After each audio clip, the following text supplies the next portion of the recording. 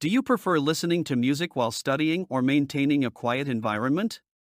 Give details and examples to support your response. Prepare your response after the beep.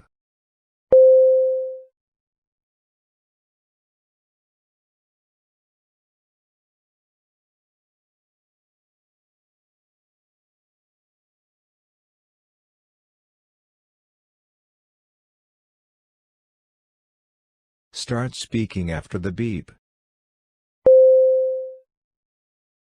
I prefer maintaining a quiet environment when I am studying. I believe having silence helps me to concentrate better on my study materials. For example, when I was studying for my finals last semester, I had to memorize lots of formulas and theories in mathematics, physics, and chemistry. To do this, I needed complete focus without any distractions. Even slight noise would distract me, and I found it challenging to bring my attention back to the topics. By studying in a silent environment, I could remember the information quickly and perform better in my exams. However, this is my personal preference, and the best method of studying may vary from person to person. But silence works for me as it creates an atmosphere where I can concentrate and understand what I am studying. Speaking task 2. You will read a short paragraph and then listen to a conversation between two people. You will have 50 seconds to read the paragraph. After, you will get a question about what you read and heard. You will have 30 seconds to prepare your response and then 60 seconds to give it. You have 50 seconds to read. Start reading after the beep.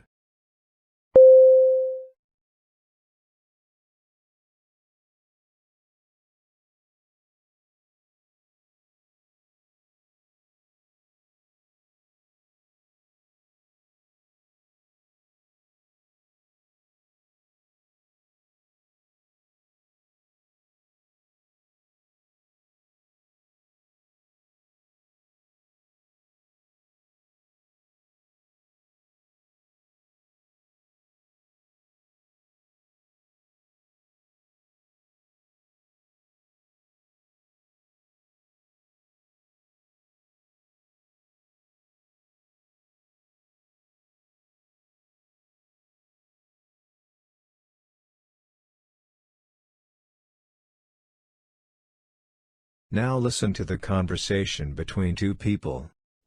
I don't like the university's plan. Really? I've ridden those buses, and sometimes there were only a few people on the bus. It did seem like kind of a waste. I see your point, but I think the problem is the route's out of date. It only goes through the neighborhoods that have gotten too expensive for students to live in. It's ridiculous that they haven't already changed the route, so it goes where most off-campus students live now. I bet if they did that, they'd get plenty of students riding those buses. Well, at least they're adding more parking. It's gotten really tough to find a space. That's the other part I don't like, actually. Cutting back the bus service and adding parking's just going to encourage more students to drive on campus. And that'll just add to the noise around campus and create more traffic. And that'll increase the need for more parking spaces. Yeah, I guess I can see your point. Maybe it would be better if more students used the buses instead of driving. Right. And the university should make it easier to do that, not harder. The man expresses his opinion of the university's plan to eliminate the bus service. State his opinion and explain the reasons he gives for holding that opinion. Prepare your response after the beep.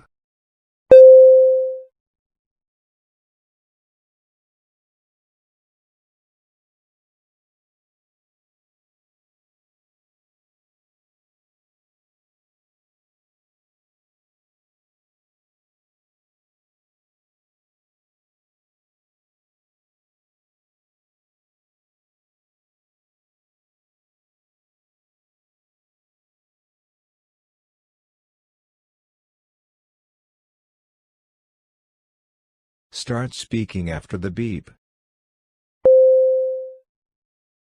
The man expresses the opinion that he doesn't like the university's plan to discontinue the bus service.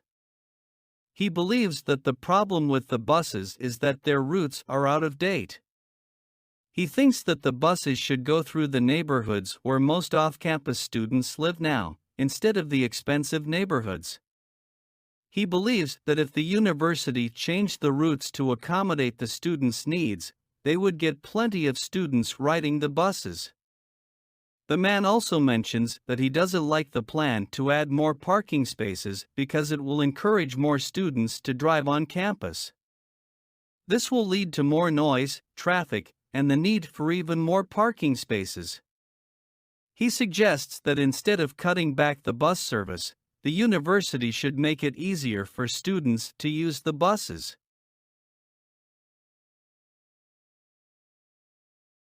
Speaking Task 3.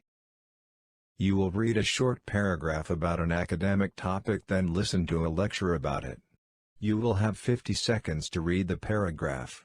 After, you will get a question about what you read and heard. You will have 30 seconds to prepare your response and then 60 seconds to give it. You have 50 seconds to read. Start reading after the beep.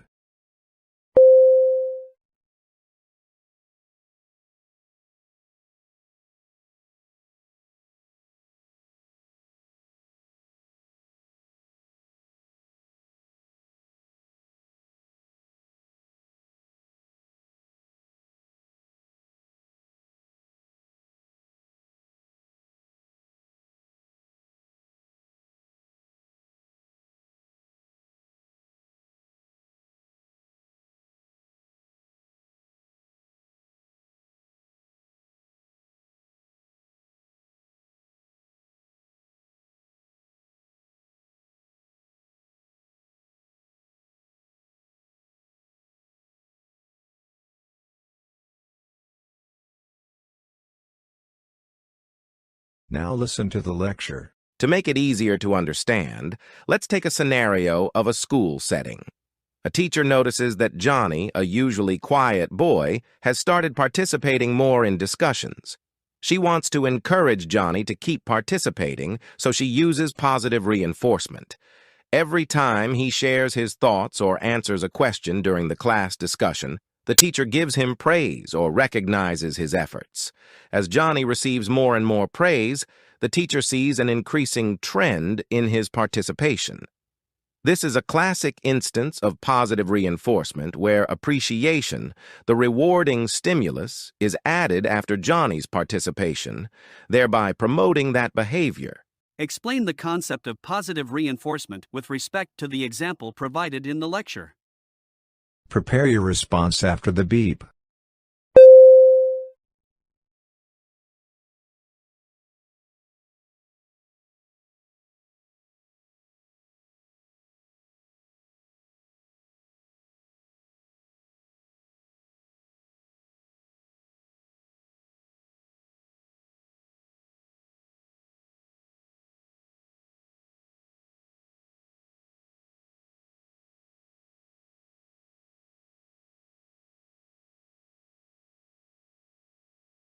Start speaking after the beep.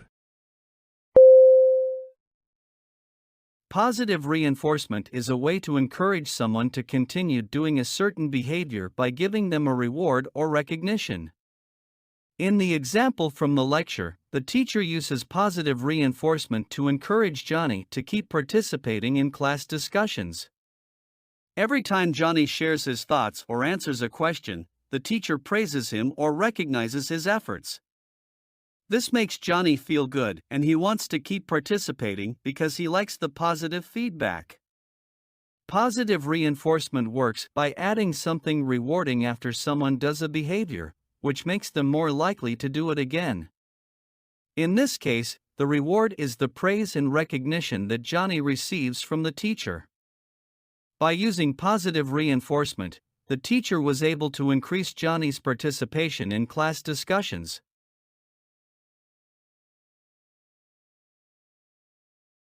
You will listen to a lecture about an academic topic.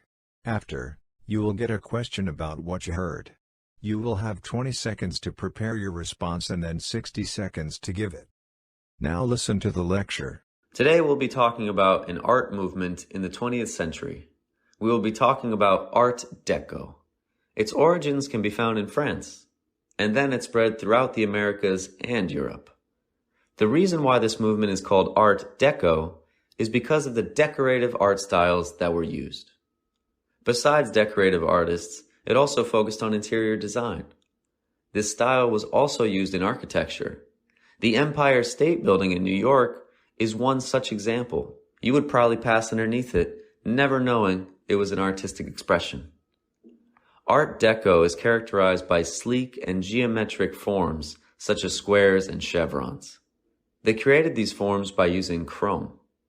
The use of this material gave the art pieces a sense of sophistication and wealth. Another thing that the artists would use were the bright colors. They would use strong red and yellow colors, and they would contrast them with black or white. These colors were intended to be striking and to catch attention.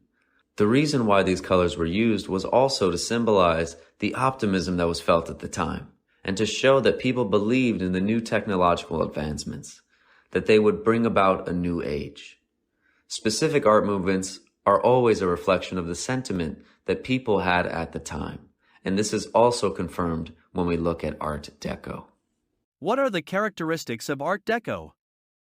Prepare your response after the beep.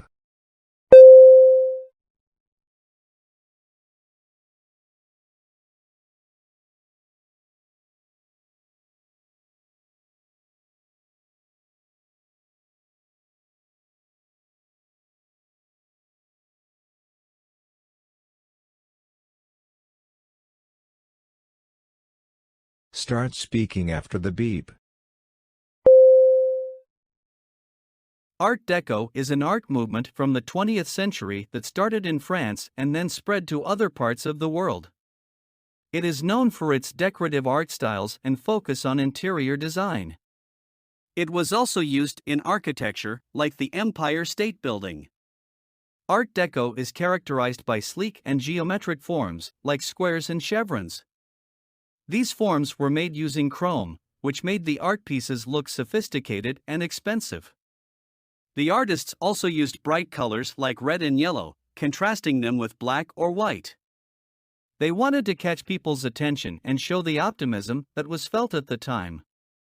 Art Deco reflects the sentiment of the people and their belief in new technological advancements.